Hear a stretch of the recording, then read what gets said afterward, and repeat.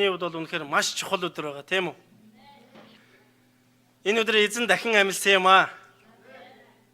Энэ өдрийн өглөө эзэн амилсан. Та мэдж байгаа юу? Амен. Хүний амьдралд чухал баярууд байдаг тий. Ялангуяа манай Монголд бол улсын баяр наадам, цагаан сар, шинэ жил гэдэг энэ гурван баярыг бол маш өргөн бүрэлдэхүүнээр тэмдэглэдэг байгаа тий. Тэгээд би сандаа цагаан сарыг бол маш тийм хүлээж миний хувьд их хувц сонороо бэлдэж одоо өндөр настай хүмүүстэй очиж золгож амар мэндий мэднэ гэсэн юм зүрх сэтгэлдээр их оролцдог байгаа. Харин Христ итгэгч болсноороо өнөөдрийн энэ өдрийн утга учирыг хамгийн сайн ойлгосон юм. Энэ дэлхий дээр баярлах ёстой баярын маань хамгийн ихэнд энэ баяр юм аа. Яагаад гэвэл тэр хүн төрлөختний гим нүглийн төлөө загалмаа дээр цовдлогдож тэр үхлээс дахин амарж бидэнд итгэл найдварыг өгсөн гайхалтай тэр эзэн юм аа. Амен. Тэр хүн энэ дэлхий дээр итгэл найдваргүйгээр амьдрах ямар ч боломж байхгүй. Хүн итгэл найдвар зүрх сэтгэлдээ тээж амьдрснараа бидний амьдралд үр жимс нь ургадаг байна. Амен. Харин тэр итгэл найдвар бол эзэн Есүс Христ юм. Тэр итгэл найдварыг бидний зүрх сэтгэлд хамгийн сайнаар суулгаж өгч тэр бол хөгждөг, тэр бол ургадаг, тэр бол тижээгддэг, тэр бол амьд итгэл найдвар юм. Тэр бол эзэн Есүс Христ юм. Амен. Тийм учраас бид нар эзэн Есүс Христийн үхлээс дахин амь орсон энэ гайхалтай өдрийг тэмдэглэх бас баяр хүргэж тэгээд хамгийн сайхан хувцас бэлдээд тэгээд ирэх ёстой юм аа. Амен. Тэгээд өнөөдөр би хамгийн сайхан өмссөн. Сайхан харагдаж байна уу? Хамгийн сайхан зангаагаа зүйлээ. Одоо гоё зангаагаа гэх юм уу? Сайхан ч одоо яашин тий гоё. Амен. Тэгээд та дэрэгт хүндээр та ямар үзэгсэлэнтэй харагдаж байна гэж хэлэхгүй юу?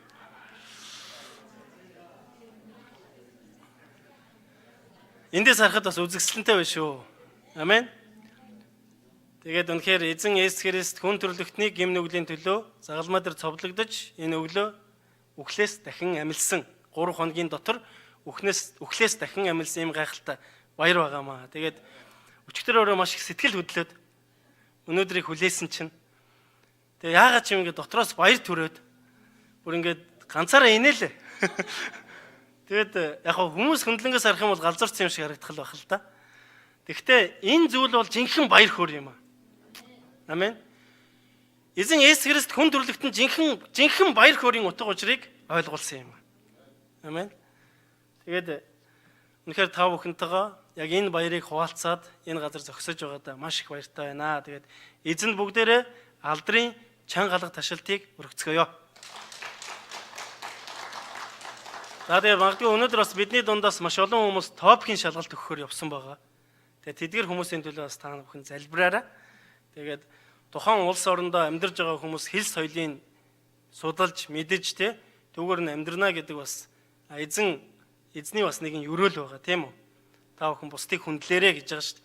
Тэгэхээр энэ зүйлийн төлөө нэгдүгээрт хоёрдугаарт бас өөрийнхөө амьдралын ашигын төлөө тэгээд энэ зүйлээр дамжуулаад бас эзэн алдаршигдах учраас амен. Тэгээд олон хүмүүс явсан байна. Шалгалт өгж байгаа. Тэгээд тэдгээр хүмүүсийн төлөө бас та бүхэн үргэлжлүүлэн залбираарай гэдэг зүйлийг бас хэлмээр байна. За эзэн бол гайхамшигтай эзэн юм аа. Тэгээд би өнөөдөр та бүхэнд Иохан номын 12 дугаар бүлгийн 1-ээс 8 дугаар ишлэлийг эзэн бас надаар дамжуулан та бүдгийн амьдралд бас зөвшөөрсөн баха гэдэгт эргэлзэхгүй байна. Тэгээд Иохан 12 дугаар бүлэг 1-ээс 8 дугаар ишлэл. Ойлгомжтой юу? За би энэ газараас дуудаж өгье. Алгасал баяраас 6 өдрийн өмнө үхлээс амьлуулагдсан Лазарын байсан Бетонд Есүс иржээ. Тэнд Есүс зоог бэлдэж Марта үйлчилж байсан ба Есүстэй хамт тухлан суугчдын нэг нь Лазар байлаа. Гэтэл Мари маш үнэтэй цэвэр нартын 1 литраа үнэрт тос аваад Есүсийн хөлийг тосолж үсээрээ арчив. Тэр гэр нь тосны анхлан үнрээр дүүрлээ. Харин шав нарынх нь нэг түүнийг барьж өгөх Искариотын Иудас яагаад энэ тосыг 300 динараар зарж ядууст өгсөнгүү вэ? Тэрээр ядуусын талаар санаа тавьсандаа бус харин хулгайч байсан болохоор тэгж хэлжээ. Тэр мөнгөний хүүдийг барьж дотор нь хийснийг авчдаг байжээ. Гэтэл Есүс түүнийг орхи миний оршуулгын өдөрт зориулж Мария үүнийг хадгалаг. Та нар үргэлж ядуустаа цуг байна. Харин та нар надтай үргэлж цуг байхгүй гэж айлдваа гэсэн. Амен. Надад хамтдаа эзэн рүү хандан залбирцгаая. Эзэн минь энэ цагийг танд өргөж байна. Таны гайхамшигтай ариун сүнсний тосолгоо бидний дээр байх болтугай. Эзэн энэ өдөр та бидэнд өгж буй үгээрээ дамжуулан та бидний зүрх сэтгэлийг угаагаач. Өнөөдрийн үгээр дамжуулан та бидэнд бас ухаарлыг өгөөч. Энэ үгээр дамжуулан та биднийг босгон байгуулаач. Энэ үгээр дамжуулан та бидний амьдралд илчлэгдээч эзэн. Учир нь та альфа ба омега юм. Та эхэнд байсан, та бас төгсгөлд байх эзэн юм. Та бидний дээр өөрийн ариун сүнсний тос тосолгоогоор хөтлөн бас үгийг дамжуулж буй миний аман дээр таны гайхалтай хамгаалт байх болтугай. Амнаас минь гарах үг бүрээр дамжуулан хүн нэг бүрийн зүрхэнд хүрэх болтугай эзэн. Эзэн тэгээд тань талархан энэ цагийг эзэн Есүс Христийн нэрээр өргөн залбирч байна. Амен. Эзэн алдарш болтугай. За энэ тэгээд Есүс Христ яг энэ үйл явдлаас өмнө нэг зүйл болсон нь Есүс Христ энэ Лазар гэдэг энэ залууг амьлуулсан баг. Сонирн байна уу? Яасан бэ гэхээр Лазар, Мария, Марта энэ гурав ах トゥ ус байгаа. Энэ нэгэн гайхалтай эзэнд итгэгч гэр бүл баг. Тэгээ Лазар энэ биеийг муудаж Марта, Мария хоёр Есүст хил хүргэсэн байдаг. Таны хайртай Лазар биеийг өвдсөн байна гэдэг энэ хэлийг хүргэсэн байдаг. Харин энэ үед Есүс ийдэчүүдээс зүхтаад яг бол Есүс рүү чулуу шидсэн учраас ийдэчүүдээс зүхтаад өөр нэгэн газар байсан баг. Харин энэ хэлийг аваад буцаад Иерусалим руу явахар шийдвэрийг Есүс Христ гаргадаг баг. Энэ үед Есүс Христ буцаад Иерусалимд ирэхэд Марта түүнийг тосон угтаж аваад түүнд нэгэн гомдлох аястай зүйлийг хэлдэг. Тэр юу гэхээр та хэрвээ байсан бол миний ах өхгүй байх байлаа гэдэг. Харин энэ үед Есүс юу гэж хариулдаг вүлээ? Тэр амьлах болно гэдэг. Та итгэж байна уу? Тэгэд Есүс Христ түүнийг хаана байна гэж асуудаг. Тэгээд оршуулсан газрын заалгаж аваад тэр явсан баг. Харин Марта түүнд юу гэж хэлсэн бэ гэхээр тэр үхээд 4 хонжин шүү дээ. Тэгээд тухайн үеийн нөхцөл байдал бол Израиль өөрөө маш халуун тий. Маш халуун уур амьсгалтай юм газар байгаа. Тэгээд тэр үед өгсөн хүмүүсийг агууд оршуулдаг юм уламжлалтай байсан. Тэгэхээр тэр халуунд 4 хоног гэдэг тэр хүний цогцос бол маш аимшигтай болсон байх магадлал өндөр тийм үү? Харин Есүс Христ тэнд очиод эцэгтэй залбираад тэгээд Лазарыг дууддаг. Тэр үед Лазар гарч ирдэг. Энэ зүйлээс болоод маш олон ийдэчүүд Есүст итгэсэн байдаг. Амен. Түүний хийсэн энэ үйлдэлээс шалтгаалаад маш олон ийдэчүүд Есүс Христийн гайхамшигт түүнийг энэ дэлхийн бурхан юмаа гэдэгт итгэсэн байдаг. Харин энэ зүйлийг харсан Иден хуулийн багш нар түүнийг алгахаар санаархдаг баг.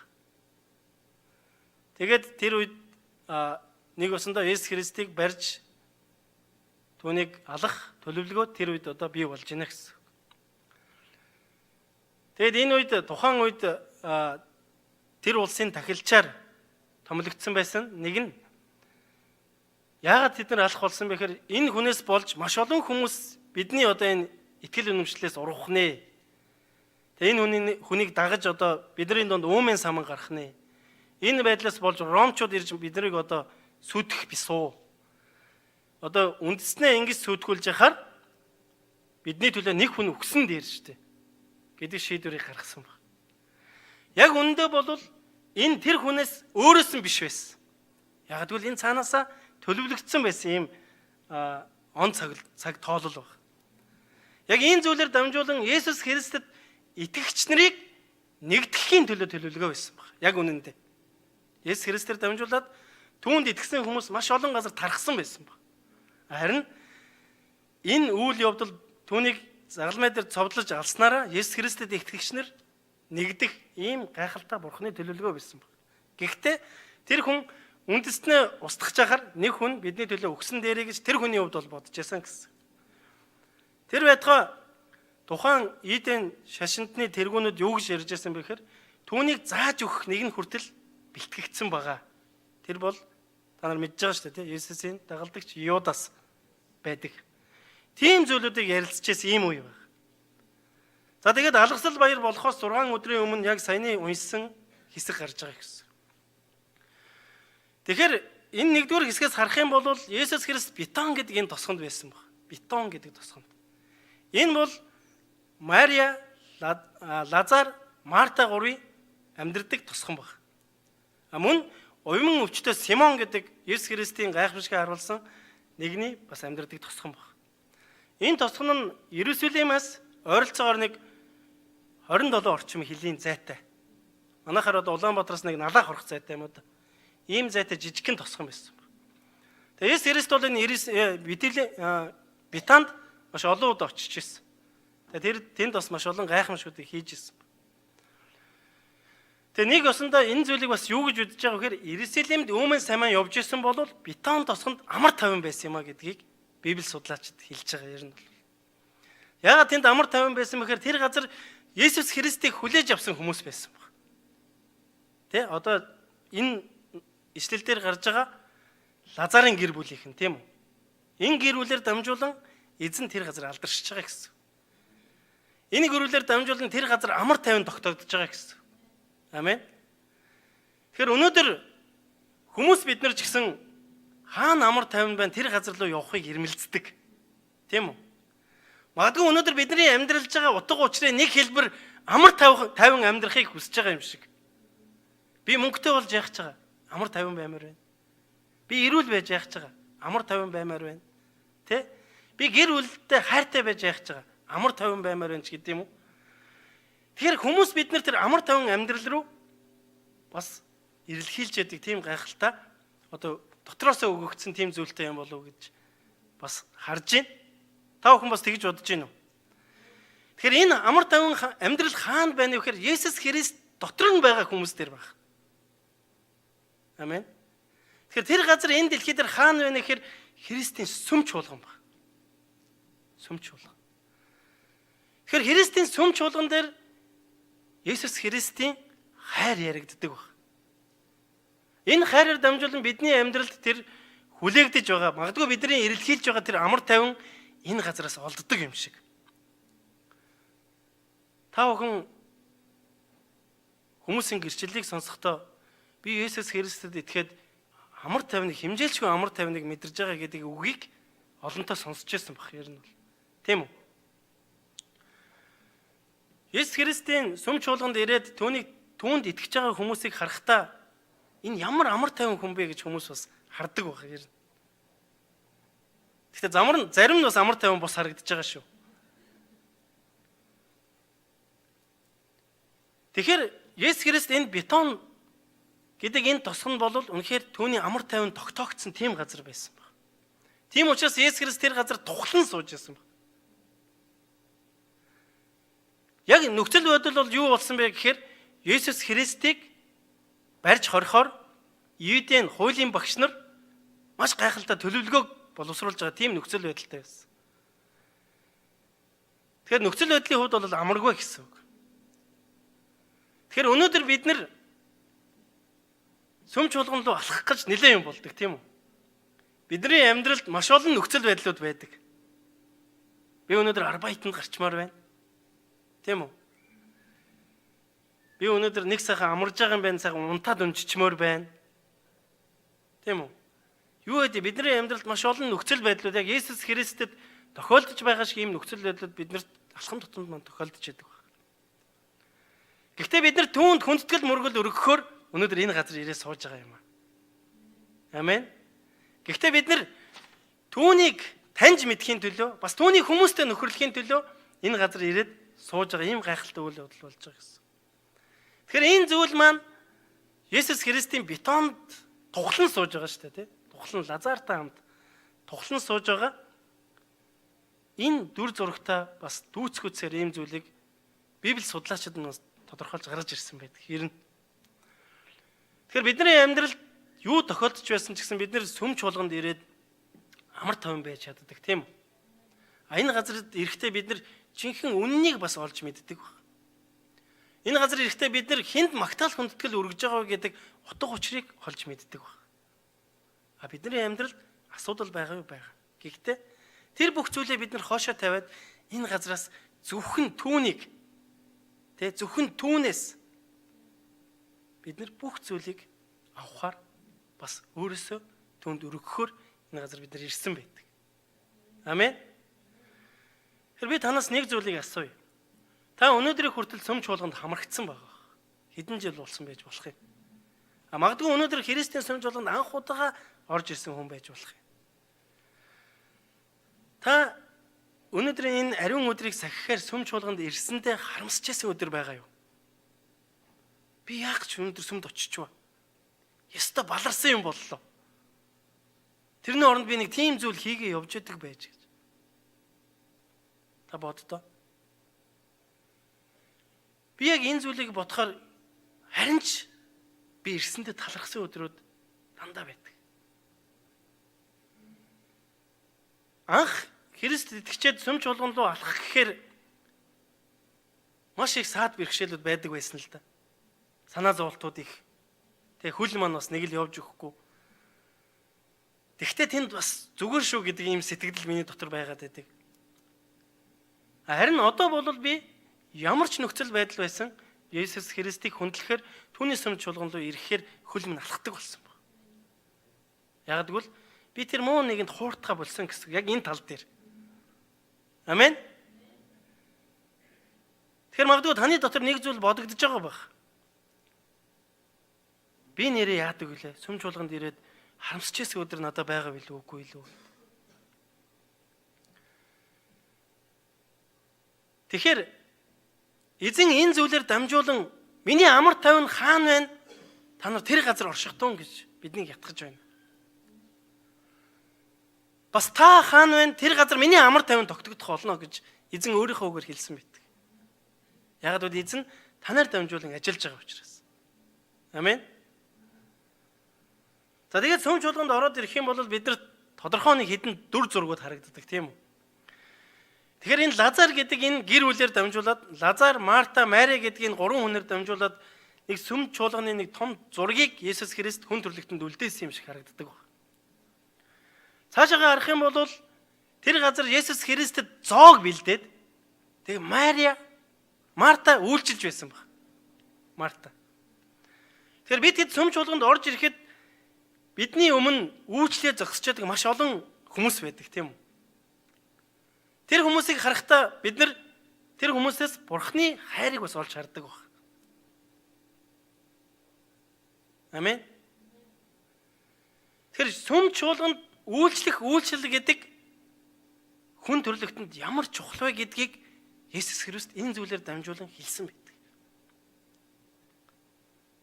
Мартагийн зориулт бол үнэхээр бүх зүйлээ түүнд зориулж исэн баг. Тэр яаж исэн ахыг нь өгөхт нь Есүс Христ рүү хил хөргөж исэн. Түүнийг ирэхэд түүний өмнө бүх зүйлээ хоошоо тавиад хичнээн ядарч исэн гэсэн Марта үйлчилж исэн баг. Энийн өмнөх хэсэгдэр байгаа штэ. Марта Есүс үйлчилж байхдаа бас түүрцсэн байдаг тий. Тэгэхээр яасан бах юм Марта дээр бас тэг хичнээн үйлчилж байгаа ч гэсэн түүний дээр бас шанал зовлол байсан баг. Тэгэхээр бид нар өнөөдөр Христийн чуулганд ирээд Есүс Христэд үйлчлэх үедээ бас ядрах тохиолдлууд байдаг. Харин энэ үед бид нар үйлчлсээр л байдаг. Яг энэ үйлчлэлээрээ дамжуулаад бид нар Бурханд ямар их хайртай вэ гэдэг өөрийнхөө илэрхийллийг бас илэрхийлж байгаа юм гайхалтай зураглал бас бидний дунд явагддаг баг ер нь. За тэгээд цаашаагаа харах юм бол Мари гэдэг түүний баг дүүн тий Лазар, Марта хоёрын дүүн түүнд маш гайхалтай үнэртэй. Тэгээд үнэтэй тосыг авчираа түүний хөлийг тосолсон байдаг. Энэ бол үнэхээр гайхалтай үйл явдал болсон баг. Ер нь маш гайхалтай үйл явдал болсон. Тэгэхээр түүний энэ зориулж байгаа энэ зориултыг түүний дагалдагч нар Юдас хараад чи амар өрөлгөн байна гэж хүртэл хэлж ирсэн баг. Тэгээ 300 динараар зарахгүй яасан бэ гэдэг ийм шаардлагыг хүртэл тавьж ирсэн баг. Тэгэхээр Мариагийн тэр зориулсан тосыг мөнгөний дүнгээр аваад үзэх юм бол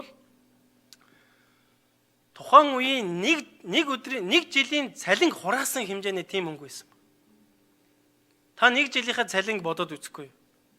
Та өнөөдөр магадгүй нэг 2,500,000 за өөдрөгөр бодъё. 3 сая явж ийнэ гэж бодъё те. 3 сая явж байгаа сарын 3 сая явж байгаа дүнгээ та 12-оор үржүүлээд үзтээ. Тэгэхээр 36 сая төгрөг байна. Тэгэхээр яг тэр өрөө Мария Есүс 36 сая төгрөгийг зориулсан баг. Ойлгомжтой юу те? Тэгэхээр нэг дор ингээ 36 сая төгрөгийг бид нар ингээ хаяна гэдэг бол бас хэр оргийн хүнээс гарах тийм зүйл биш шүү дээ, тийм үү? Тэгэхээр Маригийн хувьд Есүс Христийг хинбэ гэдгийг мэдчихсэн нэг юм байна. Тийм учраас түүнд байгаа бүхнээ зориулсан байна. Тэр түүнтэй ямар харилцаатай байх вэ гэдгийг мэдчихсэн байна. Тэгэхээр тэр байтугай түүний хөлийг тослоод тэг үсээрээ хөлийг нугуулсан байна. Ямар гайхамшигтай хүндлэл вэ? Яг л Есүс Христ тэр гэр бүл танигдсан учраас тэр хүн зориулж чадж байна гэсэн. Та бүхэн мэдж байгаа тийм? Ахыг амьлуулсан шүү. Тэгээ тэрнээс өмнө олон гайхамшигтай зүйлүүдийг тэр гэр бүл бас хийсэн юм шиг байна. Харах юм бол. Тэгэхээр өнөөдөр бидний амьдралд Есүс Христ юу хийсэн бэ? Есүс Христ таны амьдралд яг юуг хийсэн бэ? Харин энэ зүйлээс шалтгаалаад та түүнд яг ямар зориулттай байгаа вэ? Таны зориулт Бурхны өмнө хэр тааламжтай байгаа вэ? Амен. Энэ зүйлийг бид нар ялгаж харах ятгалгийг эзэн өнөөдөр биднэрт өгж байгаа юм шиг. Тэгэхээр Мария гэдэг энэ эмэгтэйгийн хувьд бол үнэхээр байгаагаа зориулсан байна. Тэгээ түүний зориулсан зориулт нь тэр гайхалтай тэр тос тэр гэрийг анхлан үнрээр дүүргэсэн баг. Анхлан үнэр дуртай хүн байна уу? Үнэртэй ус цацах дуртай хүн байна уу? Эсвэл юу гэдэг ингээд 0 мол орохоор гоё үнэр үнэртдэг шүү дээ, тэ. Үнэрт хүмүүс дуртай байдаг, тэ, гоё үнэрт. Тааламжтай байдаг, тэ. Тэр Есүс Христэд Мариагийн хийж байгаа үйлдэл тийм гайхалтай үнрийг өнөөдрийг хүртэл энэ дэлхий дээр ханхлуулан өнөөдрийг хүртэл бидний дунд бас ханхалсаар яваа юм. Тэр бол мөнхийн зүйлийг хийж чадсан гэсэн. Есүс Христийн гайхалтай үнэр бидний амьдрал дээр хүн төрлөختөнд байдаг учраас өнөөдөр тэр сая дагалдагч нартай байна. Есүс Христийн үнэр бидний амьдралд, бидний гэр бүлд, бидний дэргэд байдаг учраас өнөөдөр мянган хүмүүс түүнийг таньж мэдхийн төлөө амьдралаа зориулж байгаа. Харин танд түүний үнэр байгаа юу? Тэгэхээр Есүс Христ энэ үнрийг яаж гаргадаг вэ гэхээр танаар дамжуулж гаргадаг юм. Амен. Магадгүй та сүм чуулганд анх ирээд ирэх үед энүүгээр үйлчилж байгаа үүдэнд угтан аваа зогсож байгаа манай зангаатай ах нар, эгчнэр тэр хүмүүс Есүс Христээр өөрчлөгчн учраас тэр газар баяр хөөртэй зогсож чадж байгаа юм. Тэр хүмүүсээр дамжуулан Есүс Христийн үнэр хүн төрлөختөнд урсдаг юм. Тэгэхээр Есүс Христийн үнэр танаар дамжуулан урсдаг юм. Тэгэхээр бидний дотор энэ үнэрийг би яг яаж гаргах ёстой вэ гэдэг асуулт гарч ирж болох юм. Би энэ үнэрийг яаж гаргах ёстой вэ? Магадгүй шинээр ирж байгаа хүмүүсийн хувьд. Тэгэхээр Матай номын 22 дугаар бүлгийн 37-оос 40 дээр эзний гайхалтай тушаалыг өгсөн байдаг. Тэр үед хуулийн багш нар Есүс Христийг сорж маш олон асуултуудыг асууж яадаг баг. Тэгээ энэ дэлхий дээр хамгийн агуу нь юу вэ гэдэг зүйлийг тэр хуулийн багш нар Есүсээс асуусан байдаг. Харин тэр үед Есүс Христ юу гэж хариулдаг вүлээ? Нэгэн гайхалтай тушаалыг өгсөн баг шин. Хүн төрлөختөнд.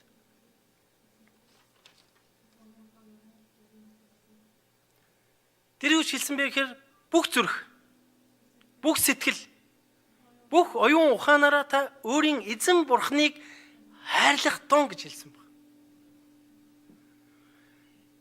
Тэгэхээр бүх зүрх, бүх сэтгэл, бүх оюун ухаанаар дамжин эзний үнэртдэг байна. Амен. Тэгэхээр бүх зүрх гэдэг зүйлийг та юу гэж ойлгож байна? Би нэг удаа зүрхөө нэг эмэгтэйд өгж ирсэн. Бүх зүрхөө өгсөн гэсэн үг байна. Энэ бол миний эхнэр. Тэгээ би зүрхөө өгсөн учраас түүний төлөө юу ч хийхэд бэлэн байсан. Би тэр манайх нэгдүгээр оролд манай эхнэрийнх толгоотд байдаг байсан. Тэгээ би автобусны мөнгөгүй мөртлөө тийш алхаж очдөг байсан. Тэгээ автобусны мөнгөгүй мөртлөө би бас алхаж гэртээ ирдэг байсан. Яагаад гэвэл би тэнд бүх зүрхөө өгсөн учраас. Амен. Тэгэхээр бидний дунд ч гэсэн яг хэн нэгэнд бүх зүрхөө өгсөн нэг нь баг.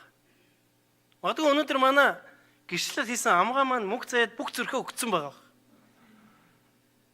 Тийм учраас ингээ амьдралд нь гайхалтай өөрчлөлтүүд гараад байна шүү дээ, тийм үү? Тийм учраас маш баяр хөөртэй болж байна, тий? Тийм учраас эзнийг өнөөдөр гэрчилж байна. Тэр та бүх зүрхөө өгж исэн үе байгаа юу? Гэтэ эзэн хэлсэн байгаа шүү дээ. Та зүрхээ хамгаалах тун гэж. Эзэн бурхны хамгийн хайртай анхаарал тавьдаг зүйл юу вэ гэхээр зүрх байдаг. Тийм учраас биднэрт энэ гайхалтай тушаалыг өгсөн гэсэн. Бүх зүрхээрээ эзэн бурхнаа хайрлах тун гэж. Тэгэхээр бидний дундаас зүрхөө өгөхгүй явж байгаа хүмүүс байгаа тийм үү? Байгаа юу? Байгаа бах тий? Зүрхээ өгөөрөө. Тэ? Гэхдээ хамгаалттай өгөөрөө. Эзэн зүрхээ хамгаалаарай гэж хэлсэн байдаг.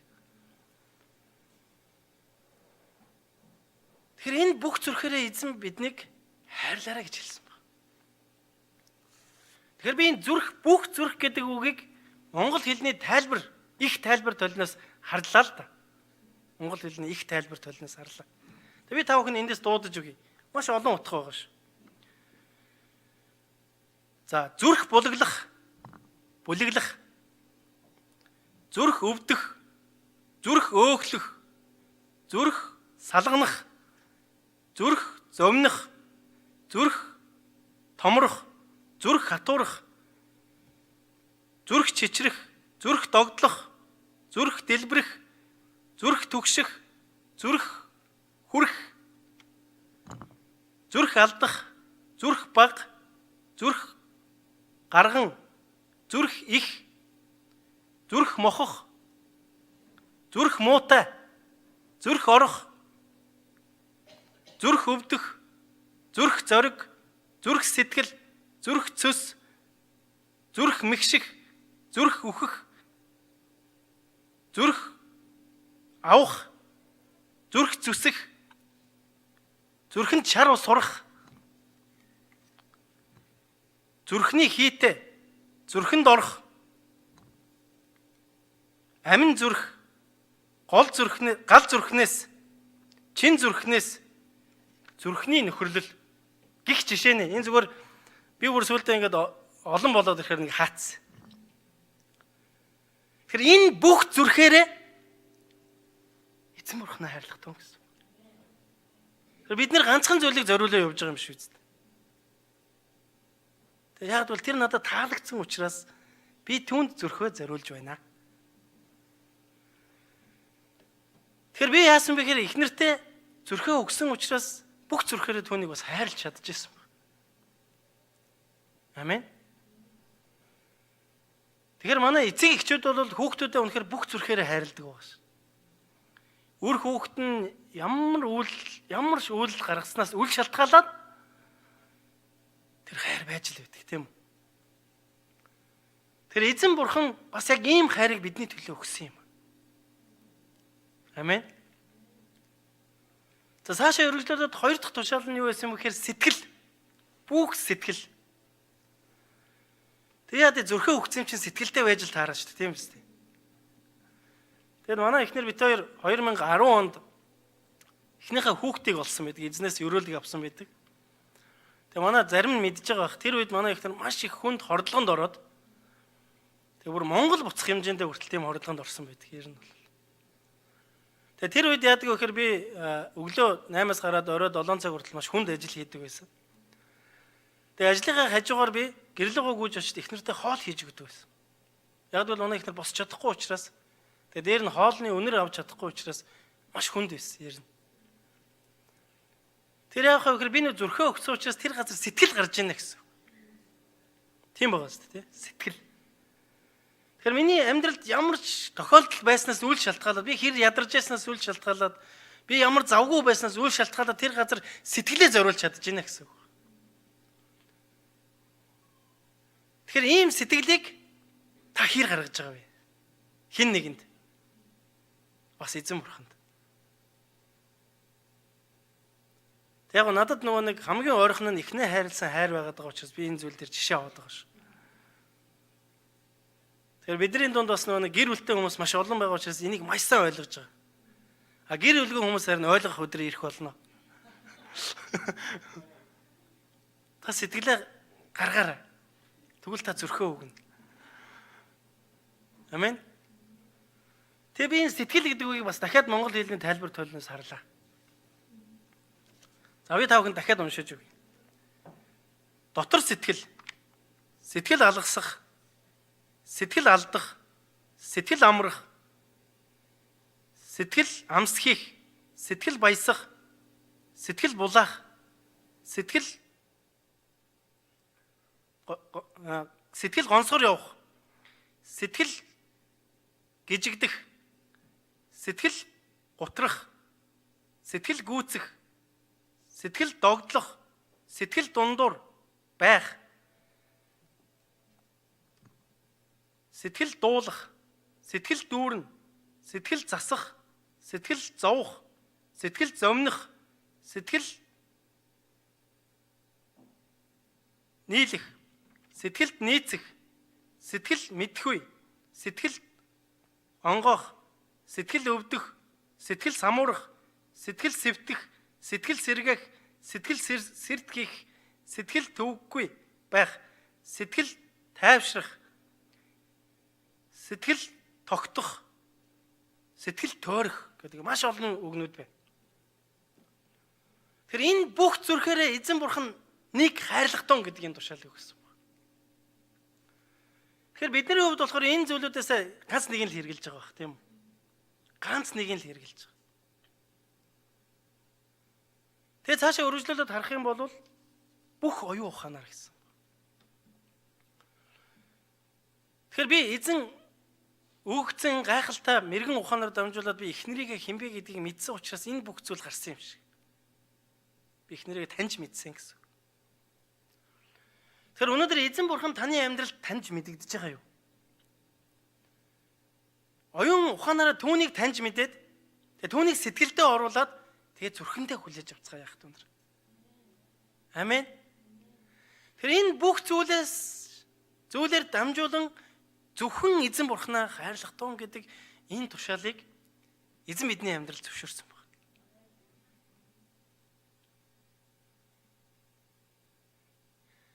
Тэгэхээр энэ зүйлийг бүгдээрээ эргэцүүлж бодоод бүгдээрээ бүх зүрхээрээ эзнийг хайрлцгаая.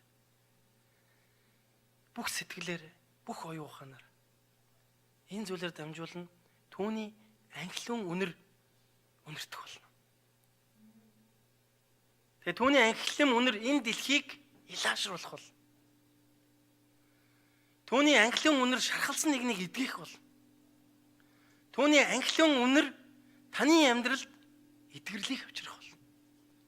Түүний анхлын үнэр биднэрт гайхалтай итгэл найдварыг өгөх бол. Түүний ангилан үнэр биднийг босгон байгуулах болно. Амен. За хэдийгээр бидний амьдралд ийм зүйл зөвшөөрөгдсөн гэсэн бас саад бэрхшээл байгаа тийм үү? Мариаг яг энэ үнэрт тосыг авчираад Есүс Христийн хөлийг тослоод үсээрээ арчиж байх үед Иодос тэр газараас дургуутсан байгаа тийм үү? Дургуутсан байгаа ш. Яг үнэндээ Иодасыг Есүс хулгайч гэж хэлсэн. Хулгайч гэж хэлсэн. Тэр байтугай тэр эзний өргөлөөс хулгайлдаг нэгэн байсан баг. Яг үнэндээ бол Иудасын гаргаж байгаа хандлага чи надхаа зараад тэр мөнгөөрөө ядууст тэр мөнгөө өгөх зориулахгүй яасан бэ гэдэг энэ зүйлийг илэрхийлж байгаа гэсэн. Тэр яг үнэндээ бидний итгэлийн амьдралаар алхаж байх үед яг эзэнд энэ бүх зүрхээ зориулахыг хүсэж явж байх үед биднэрт ийм саад бэрхшээлүүд байдаг тийм үү?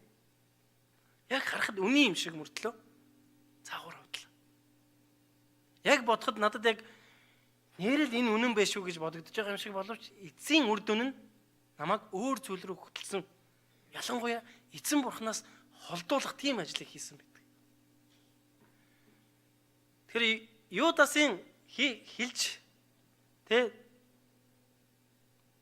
Мариа руу довтолж байгаа энэ зүйл бол яг үнэндээ хөндлөнгийн нүдээс харах юм бол яг үний юм шиг байгаа шүү дээ. Нэрээ ядуус зориулчихад яа дээ. Үнэхээр л чамд тийм баяр хөөртэй зүрх сэтгэл байгаа юм бол гэдэг. Харин Юдасыг хинбэ гэдгийг Есүс Христ мэдчихсэн ба. Мөн Мариа Есүс Христийг загалмаа дээр цовлогдохыг мэдчихсэн гайхамшигтай эмэгтэй баг ер нь бол. Тэгэхээр түүний төлөө тэр тосыг зориулсан гэсэн. Тэгээ цаашаа үргэлжлүүлээд харах юм бол та нар ядуустаа үргэлж цуг байх болно. Харин надтай үргэлж цуг байхгүй гэдгийг Есүс Христ хэлсэн байдаг. Та нар ядуустаа үргэлж цуг байх болно. Харин надтай үргэлж цуг байхгүй байна гэдэг. Яг үндэ Есүс үеийн төгсрөөр хүртэл би та нартай хамт байх болно гэж хэлсэн шүү дээ. Тэгэхээр энэ зүйлээр эзэн юу гэж хэлж байгаа юм бэ гэхээр та нар ядууст сайн үйлчлэхийг би мэдэж байна. Харин та нар яг энэ цагт л надтай хамт байгаа ч гэдгийг л Есүс Христ өөрийнхөө дагалдагч нарт хэлсэн байдаг. Тэр ядуусыг үзэн ядсандаа биш, харин тэр хүн төрлөختний гим нүглийн төлөө загалмаа дээр цовдлогч байгаагаа Есүс Христ мэдчихсэн учраас та нар надтай хамт байх тун гэдгийг хэлсэн баг. Харин энэ зүйлийг Мариа мэдчихсэн учраас түүнд бүх зүйлээ зориулж ирсэн. Бүх зүйл. Тэр ангилан тусыг бүх зүрх, бүх сэтгэл, бүх оюун ухаанаараа зориулсан баг. Амен. Тэгэд Есүс Христ миний өдрийг болтол Мариаг 50 орхигтун гэж хэлсэн. Миний өдрийг болтол Мариа энэ тосыг өөртөө хадгалах болтугай гэж хэлсэн баг. Тэгээ Есүс Христ хүн төрлөختний төлөө загалмаа дээр цовдлогдсон цорын ганц бурхан баг. Тэгэхээр түүний гайхамшигтай энэ үйлчлэл, түүний гайхамшигтай энэ хайр үнэхээр бүх Израиль даяар бүх нутаг даяар тархсан байсан. Тийм учраас түүнд итгэгч нар маш олноороо бий болж байсан баг. Түүнийг дагагч нар. Тэр уулан дээр байхдаа 50000 эрийг хоолж исэн. Тэр өвчтөө нэг эдгэж исэн. Тэр үгсэн нэг амьлуулж исэн. Тэр саа өвчтөө нэг эдгэж исэн. Чөтгөрд эзэмдүүлсэн нэгийг чөлөөлж байсан. Энэ бүх зүйлээрээ дамжуулан эзэн би эзэн юм а гэдгээ улам илүү хүн төрлөختөнд баталж ирсэн баг. Тэр магадгүй өнөөдөр хүн төрлөختөнд Есүс Христ ямар хамаа байна гэж хүмүүс бодож иж болох юм. Бид нар Библийн Эхлэл номыг харах юм бол Бурхан Тэнгэр газрыг бүтээжээ гэж байдаг. Тэгээ энэ дэлхий дээр амьдарч байгаа амьтай бүхнийг бүтээжээ гэж байна. Тэгээ энэ дэлхий дээр байгаа бүхий л зүйлийг Бурхан бүтээжээ гэж байна. Тэр зүйлээс хүмүүн биднийг өөрийн дүр төрхийн дагуу та дэрэгт хүндээ хэлэхгүй та бурхны дүр төрхтэй нэгэн байна гэж. Өөрийн дүр төрхийн дагуу биднийг бүтээсэн байдаг. Тэгээд ингэж бүтээхдээ мөнхөд бурхантай хамт байхаар бүтээсэн. Мөнхөд бурхантай хамт байх. Мөнхөд бурхантай хамт байх. Тэгээд хүн төрлөختөнд эрхчлөлөг олгосон байна. Сонголт гэдэг эрхчлэл. Амен. Хэрэг хүн төрлөختөнд сонголт үлдээгээгүй байсан бол хүн төрлөخت нь бурхны боол болох байсан. Түүний хоригдол болох байсан. Харин бурхан хүн төрлөختөнд хайртай байсан учраас сонгох сонголт гэдэг зүйлийг л өгсөн баг. Бид нар аав ээжүүд мэдж байгаа тийм. Үнэхээр бид нар өөр хүүхдтэй сонгох сонголтыг өргөдөг шүү дээ. Өөрийнхоороо байлгах гэхээр яадаг вүлээ. Манай том охин одоо 9 настай.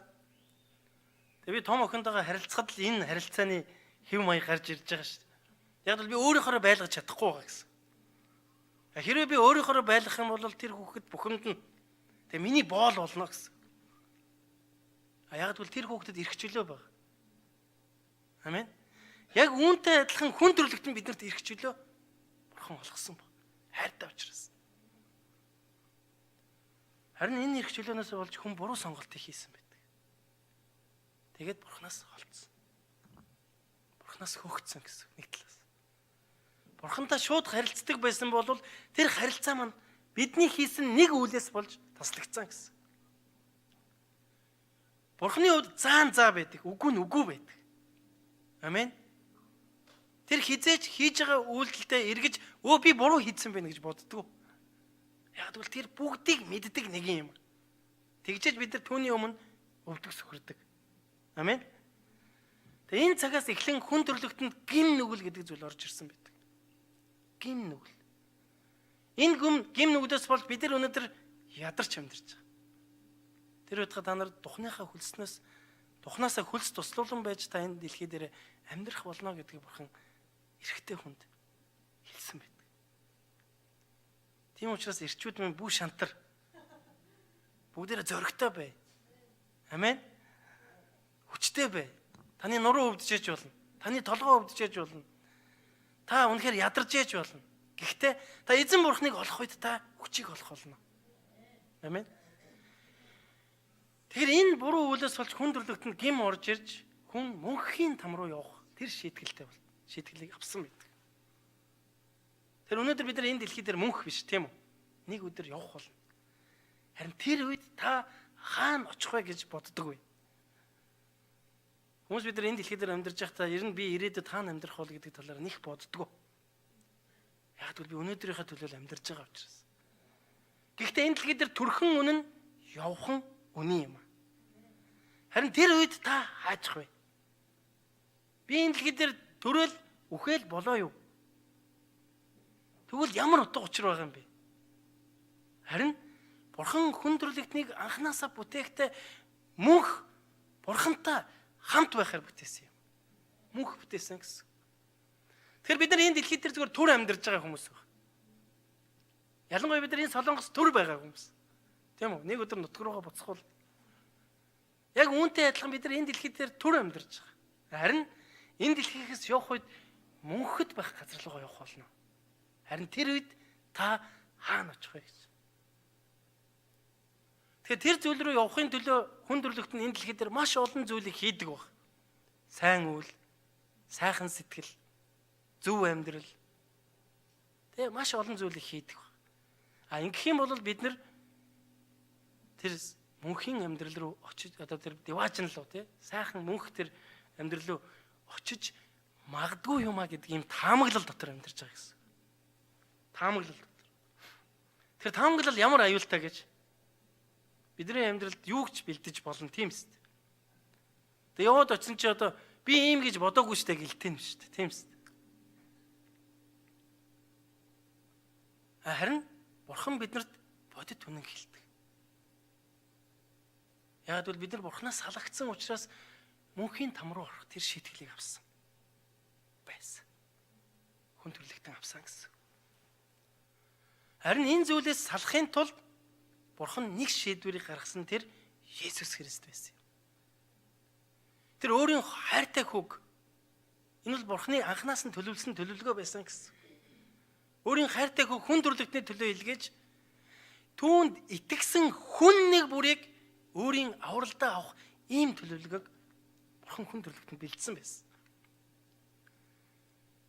Тэгэхээр түүнд итгэсэн хүмүүсийн нэг хэсэг нь бол энд сууж байгаа бид бүхэн байгаа юм аа. Иохан номын 1:12-аас харах юм бол миний нэрэнд итгэдэг миний хүүхдүүд миний нэрэнд итгэдэг хүмүүс миний хүүхд болох эрхийг авна гэж хэлсэн байдаг. Тэгэхээр та Есүс Христийн нэрэнд итгэж байгаа юу?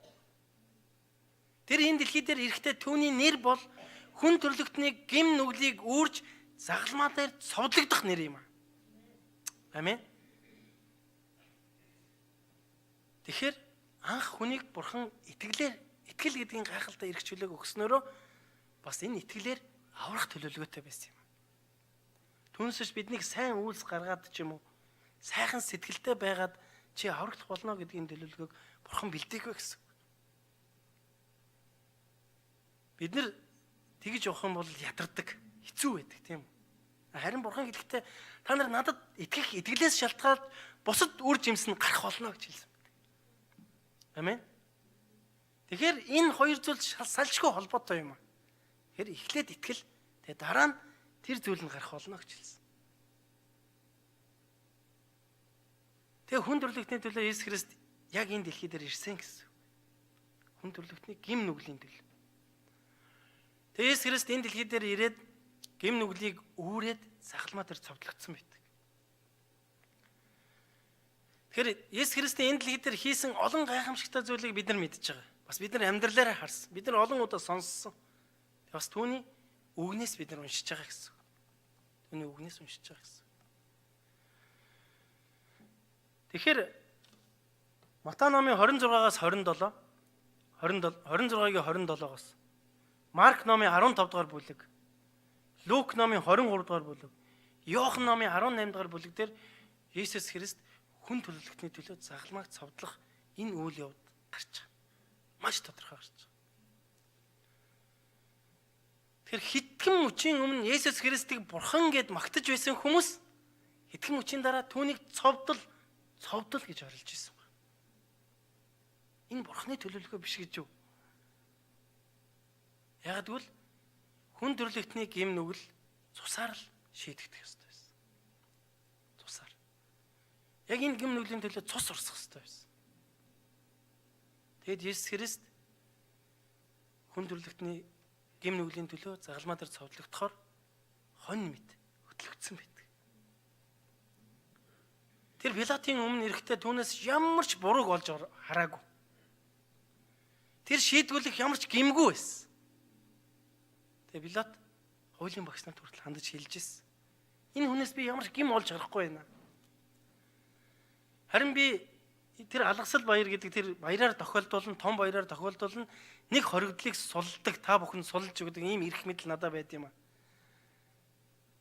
Харин тэр нэг хүн Бараб эсвэл Есүс Христ хоёрын хэнийг сонгох вэ гэдэг зүйлийг хүртэл асууж ирсэн. Харин тэр Бараб нь олон зартаа алуурчин байсан. Мэддэг гэсэн хүмүүс тэр хүнийг мэддэг гэсэн. Гэсэн хэдий ч тэр хүмүүс Есүс Христийг загалмаа дээр цовдлуулахын төлөө явуулсан гэсэн. Тэр нь анханасаа төлөвлөгдсөн Бурхны төлөвлөгөө байсан гэсэн. Амен. Тэгэд Есүс Христ үнэхээр тэр загалмааг үүрээд Голготын толгой гэж Израилийн тэр загалмаа цовдлогсон тэр юм тэр хүн төрлөختний гим нүглийн төлөө загалмаа дээр цовдлогдсон байдаг. Түүнийг тэг цовдлох үед хоёр гимт хэрэгтнийг бас хамт цовдлсон байдаг. Тэр үед ч гэсэн түүнийг Бурхан гэдгийг тунхаглаж ирсэн. Маш олон хүмүүс түүнийг чи Бурхан юм бол наанасаа буугаад ирээч гэдэг ийм шахалтыг өгж ирсэн гэсэн. Харин түүний төлөвлөгөө бол энэ дэлхий дээр хүн төрлөختний гим нүглийн төлөө загалмаа дээр цовдлогдох төлөвлөгөө байсан юм гэсэн. Тэрийг мэдчихсэн учраас тэр тийм зүйл хийгээгүй гэсэн. Тэр хүмүүс бид нар өөрсдөө хинбэ гэдгийг мэддэг байгаа. Бас юуны төлөө явж байгаа гэдгийг эзний үгнээс олж харсан бол бүгдээрээ төвчээртэй байцгаая яах вэ? Амен. Тэгээ Есүс Христ хүн төрлөختний төлөө загалмаа дээр цовдлогдсон. Түүний хоёр талд цовдлогдож байгаа гэмт хэрэгтнүүдийн нэг нь түүнийг чи бурхан юм бол биднийг авраач гэж хүртэл ятгаж түүнийг бас амаараад оромжилж байсан. Харин тэр мөчид нэг нь нөгөө гэмт хэрэгтнийг бас зэмлдэг. Энэ бол бурханы хүү юм аа гэж. Та зөвшөөрвөл намайг ч гэсэн авраач гэж өгдөг. Харин Есүс Христ тэр үед юу гэж хэлдэг лээ? Чи энэ цаг мөчид надтай хамт Тэнгэрийн улсад очих болно. Аврагдах болно гэж хэлсэн. Амен. Тэгэд Есүс Христ хүн төрлөختний төлөө загалмаа дээр цовдлогдоод тэгээ нас орсон байт. Тэгэхээр би 5 минутын бичлэг бэлдсэн байгаа. Бүгдээ хамтдаа энэ бичлэгийг анхаарад үздцгээе гэж бодож байна. Төвчээртэйгээр та бас үнэхээр залбиралтайгаар хараасаа гэдгийг хүсэж байна.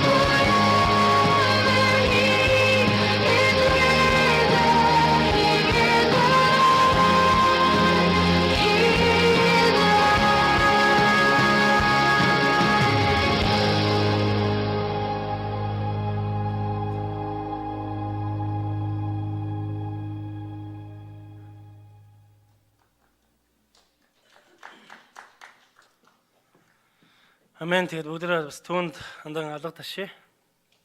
Тэр бол сайн эзэн. Тэгэд Есүс Христ хүн төрлөختний төлөө ингэж загалмаа дээр цовдлогдоод тэгээд тэр булшинд агууд тавигдсан байдаг. Тэгээд түүнийг загалмаа дээр цовдлогдох үед Пилатаас Ариматын Йосеф гээд тухайн үеийн бас амбан захирагч байсан. Тэр хүн бол Есүс Христэд нууцаар итгэдэг тийм хүн байсан. Мөн бидний сайн мэдж байгаа нь шөнөөр ирдэг хуулийн багш Никодим хоёр Пилатаас гууж түүний зохицыг авч өмнө хинч тавьж байгаагүй тийм цэвэр агууд оруулж тавьдаг баг. Тэгэхээр энэ үйл явдлаас болж юу болсон бэ гэхээр Есүс Христэд нууцаар итгэжсэн одоо тухайн үеийн захирагч нар хүртэл ил гарч ирсэн юм гайхамшигтай үйл явдал болсон гэсэн.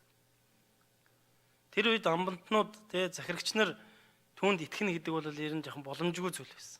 Харин тэгж шаттал нь тэр газар бурхны өөрчлөлт явагдсан гэсэн.